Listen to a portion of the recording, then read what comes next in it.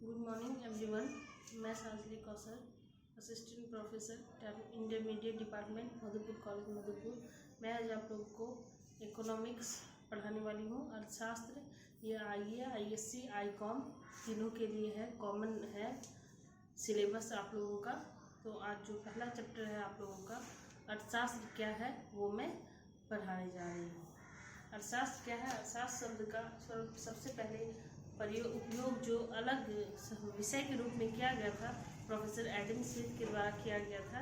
Professor Adam Smith को ही अर्थशास्त्र का पिता कहा जाता है। एडम स्मिथ ने जो परिभाषा अर्थशास्त्र की दी है वो है धन संबंधी परिभाषा।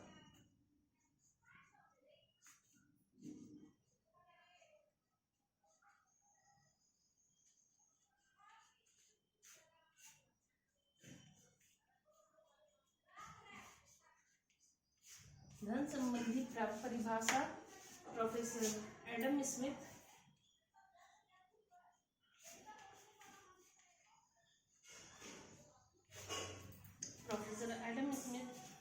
प्रोफेसर जे एस मिल,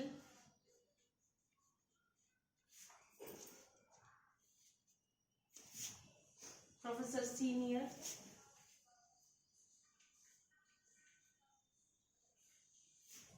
आदि ने दी थी। ये सभी जो अर्थशास्त्री हैं ये सारे शास्त्रीय अर्थशास्त्री हैं, क्लासिकल इकोनॉमिक्सियंस बोलते हैं इन्हें। हम अर्थशास्त्रियों को आगे हम लोग पढ़ेंगे। अर्थशास्त्रियों को अलग अलग भागों में बांटते हैं। जो सबसे पहले आए उन्हें शास्त्रीय अर्थशास्त्री यानी क्लासिकल इकोनॉमिक्स बोलते हैं। उसके बाद जो आए वो नव शास्त्रीय अर्थशास्त्री यानी नव क्लासिकल इकोनॉमिक्स है। और उसके बाद जो 19वीं सदी में आए उन्हें मॉडर्न इकोनॉमिक्सियन यानी मॉडर्न इकोनॉमिस्ट बोलते हैं। तो ये जो जिन्होंने सबसे पहले अर्थशास्त्र का अलग विषय के रूप में, एक अलग सब्जेक्ट के रूप में अर्थशास्त्र को अपनी पहचान दी वो थे एडम स्मिथ। एडम स्मिथ ने जो आप लोगों को क्वेश्चन आता है ऑब्जेक्टिव क्वेश्चन, उसमें ऑब्जेक्टिव क्वेश्चन में ये क्वेश्चन अक्सर मैंने देखा है, कभी अर्थशास्त्र के पिता, कभी अर्थशास्त्र के जनक, या कभी ये पूछा जाता है कि सबसे पहले इकोनॉमिक्स का अलग विषय के रूप में विकास किसने किया, तो प्रोफेसर एडम स्मिथ इन सब का उत्तर होगा। प्रोफेसर एडम स्मिथ के अनुयायी professor J S Mill, professor senior ने आगे फिर इसकी परिभाषाएं की है। प्रोफेसर एडम स्मिथ ने जो अपनी बुक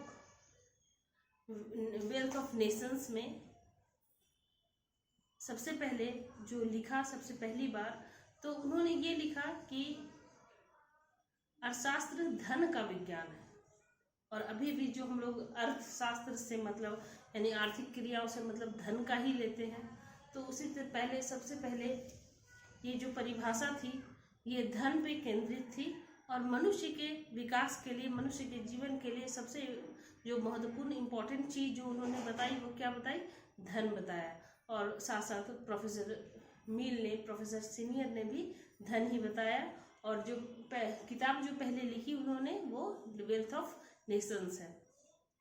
परंतु अभी जो वर्तमान समय में आप जो देख रहे हैं उसके हिसाब से अर्थशास्त्र को केवल धन के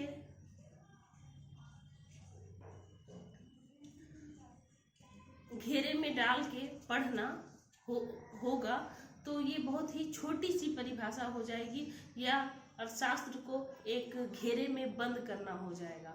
अगली जब बात आती है अर्थशास्त्र की, तो दूसरी जो परिभाषा दी जाती है अर्थशास्त्र की है वो है कल्याण संबंधी परिभाषा, जिसमें कि धन को महत्वपूर्ण ना मानकर मनुष्य के कल्याण को, जिसमें कि धन को नहीं महत्वपूर्ण माना गया बल्कि मनुष्य के कल्याण को।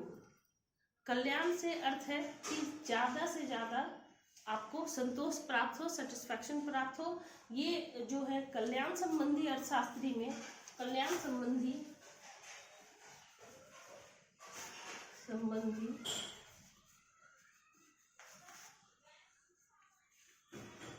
परिभाषाओं में कल्याण संबंधी परिभाषाओं में professor Marshall professor Pigou, Pareto आदि आते हैं। प्रोफेसर पीगू और प्रोफेसर पेरेटो आते हैं। प्रोफेसर मार्शल ने जो कहा कि किसी भी मनुष्य के कल्याण के लिए धन की नहीं, केवल मनुष्य और मनुष्य के कल्याण की आवश्यकता है। धन से मनुष्य का कल्याण नहीं हो सकता। कल्याण एक अलग तरह की परिभाषा है। और जैसा कि हम लोग देखते हैं अभी भी वर्तमान समय में ये कहीं ना कहीं ये अर्थशास्त्र से जुड़कर हटकर ये मनोविज्ञान की तरफ चला जाता है, परंतु अंततः मानव कल्याण का विषय ही अर्थशास्त्र है कि जो बहुत पैसे वाले हैं वो भी खुश नहीं है और जो गरीब होता है वो भी खुश होता है। तो प्रोफेसर मार्शल की ये जो परिभाषा है ये इस तरह की है कि मनोविज्ञान समझने की बात है, मनोवैज्ञानिक बात है कि मनुष्य खुश कैसे होता है। प्रोफेसर पीगू ने जैसे कहा कि अगर हम मानव जाति का कल्याण करना चाहते हैं तो हमें सबसे पहले ये देखना होगा कि जो पहले से खुश हैं या पहले से जो संतुष्ट हैं उनकी संतुष्टि में कोई कमी नहीं आनी चाहिए। उसको खुश रखते हुए अगर हम उन्हीं वस्तुओं से कुछ और लोगों का कल्याण कर सकते हैं तो यही कल्याण अर्थशास्त्र है।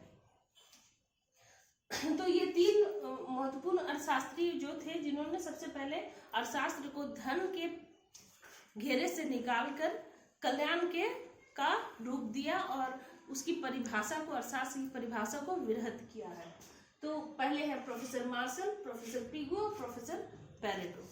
अब अगली जो बात है, जब धन में से परिभाषित किया गया अर्थशास्त्र को, जो कि उसकी परिभाषा है आज भी हम धन से ही उसे पहचानते हैं, फिर कल्याण से उसे परिभाषित किया। अगली जो परिभाषा प्रोफेसर रॉबिन्सन ने दी है वो है दुर्लभता का सिद्धांत या दुर्लभता की परिभाषा। प्रोफेसर रॉबिन्सन ने कहा कि अर्थशास्त्र जो है वो दुर्लभ साधनों के कारण उत्पन्न हुआ और अर्थशास्त्र की आवश्यकता इसलिए है क्योंकि उन दुर्लभ साधनों में से हमें अपनी आवश्यकताओं की पूर्ति के लिए चयन करना होता है।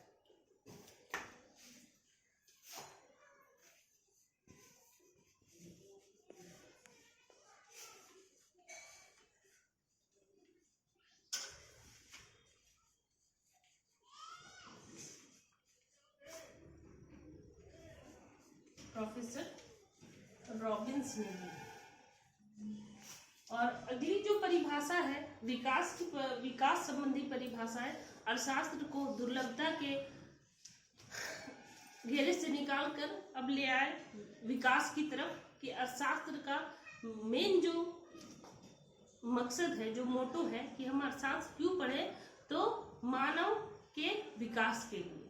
तो इस तरह से जो पूरी की पूरी परिधि जो हो गई, हमारा जो पेरीमीटर हो गया, जो हमारे अर्थशास्त्र की परिधि पेरीमीटर जो हो गई वो इतना विरहत हो गया कि जो अभी वर्तमान समय में हम देख रहे हैं कि अर्थशास्त्र की परिभाषा इतनी विरहत हो गई है कि समाज का कोई भी क्षेत्र अर्थशास्त्र से अछूता नहीं है। अगर आप कहीं ट्रैवल करते हैं वहाँ से लेके आप डॉक्टर के पास जाते हैं वहाँ से लेके, या मैं आज आपको जो पढ़ा रही हूँ यहाँ लेके, ये सारा हर कुछ जो है अर्थशास्त्र से जुड़ा हुआ है।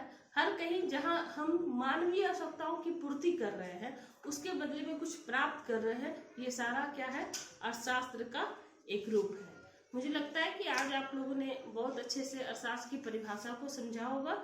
अगली क्लास में मैं आपको और अच्छे से इसको एलेबरेट करूँगी ताकि जो क्लियर हो जाए आपको बिल्कुल, और कुछ ऑब्जेक्टिव क्वेश्चंस भी मैं करा दूँगी जो आपको एग्ज़ाम के लिए यूज़फुल हो। Thank you.